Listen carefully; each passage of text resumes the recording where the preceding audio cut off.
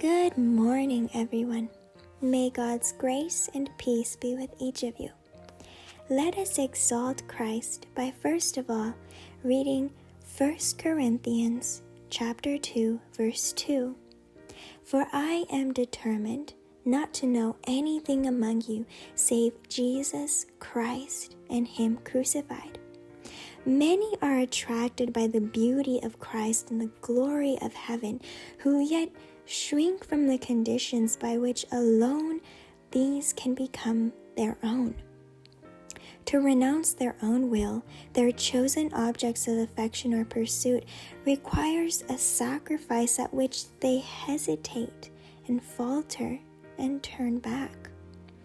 They desire the good, they make some effort to obtain it, but they do not choose it. They have not a settled purpose to secure it at the cost of all things.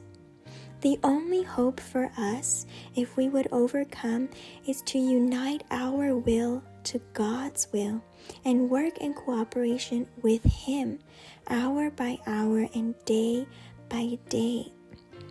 We cannot retain self and yet enter the kingdom of God. If we ever attain unto holiness, it will be through the renunciation of self and the reception of the mind of Christ. Pride and self-sufficiency must be crucified. Are you willing to pay the price required of us? Are we willing to have our will brought into perfect conformity to the will of God?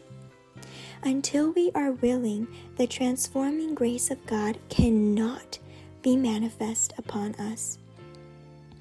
By becoming thoroughly acquainted with ourselves and then combining with the grace of God a firm determination on our part, we may be conquerors and become perfect in all things, wanting in nothing.